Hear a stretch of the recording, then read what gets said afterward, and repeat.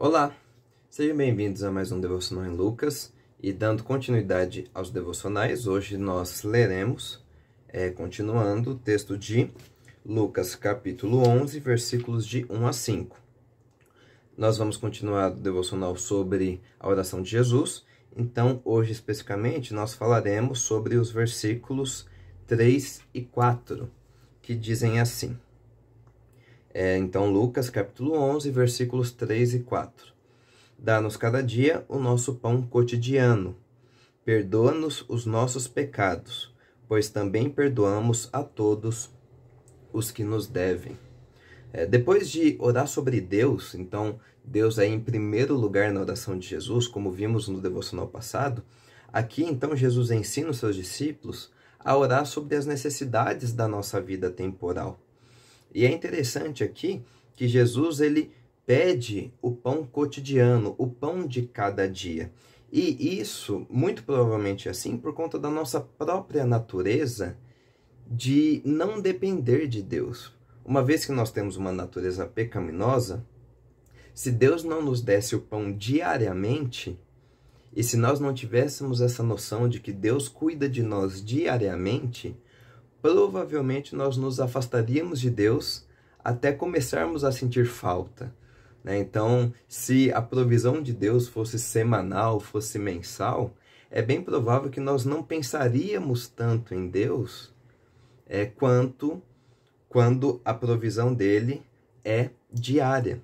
É por isso, por exemplo, que quando Deus dá o maná para o seu povo no deserto, era um maná que vinha todo dia, que não deveria ser guardado para outro dia, para que o povo aprendesse a depender diariamente, dia após dia de Deus, e não guardar para achar que no outro dia ele teria algum alimento que ele mesmo guardou, nem nada disso, mas para o povo aprender a diariamente confiar em Deus. Então Deus age dessa forma também. Jesus nos ensina a orar dessa forma pelo nosso pão de hoje, diário, para que nós aprendamos a depender diariamente e constantemente de Deus.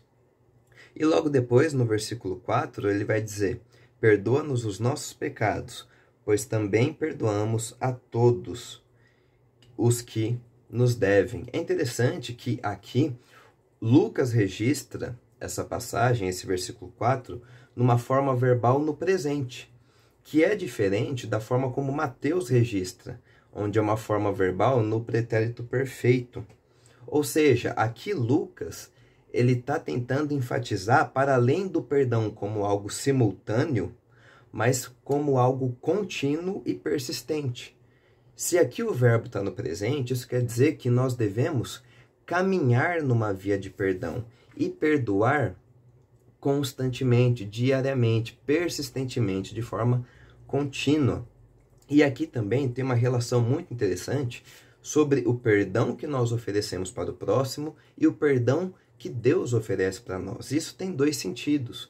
O primeiro sentido é que quando nós entendemos o quanto nos foi perdoado por Deus, ou seja, quanta culpa tínhamos diante de Deus e o quanto nos foi perdoado, fica muito mais fácil perdoar qualquer dívida, qualquer ofensa, que vai ser sempre muito menor que qualquer pessoa cometer contra a gente. Então, alguém que tem facilidade para perdoar, o tem porque entende o grande perdão que recebeu de Deus. E por isso essa pessoa pode orar: perdoa os nossos pecados, pois também perdoamos a todos os que nos devem. Que é a mesma ideia da parábola e da lição que Jesus ensina lá em Mateus 18, do 21 a 35, se depois vocês quiserem dar uma olhada. Mas também tem outro sentido essa passagem, essa relação entre o nosso perdão e o perdão de Deus. Como um comentarista vai dizer aqui, nós mesmos, por piores que sejamos, fazemos uso do direito que nos compete de ser clementes e eximimos de suas dívidas aqueles que nos devem. Quanto mais tu, ó Pai, que és a bondade em pessoa, has de fazer uso do teu direito de ser clemente para conosco. Ou seja, também tem o sentido de que até nós que somos maus, se até nós que somos maus perdoamos as pessoas, quanto mais Deus não pode nos perdoar, quanto mais Deus não vai nos perdoar. Então tem esses dois sentidos, essa relação entre o nosso perdão e o perdão de Deus.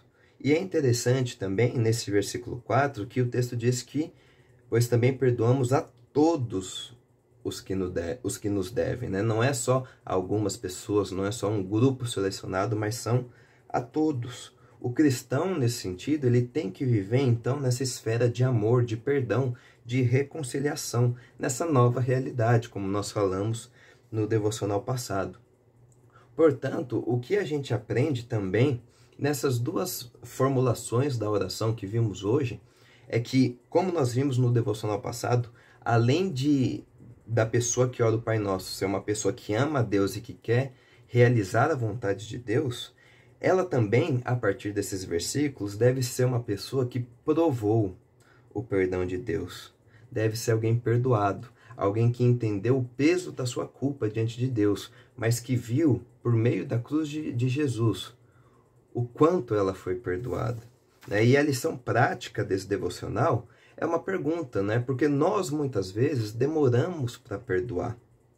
E por que muitas vezes nós demoramos a perdoar o nosso próximo?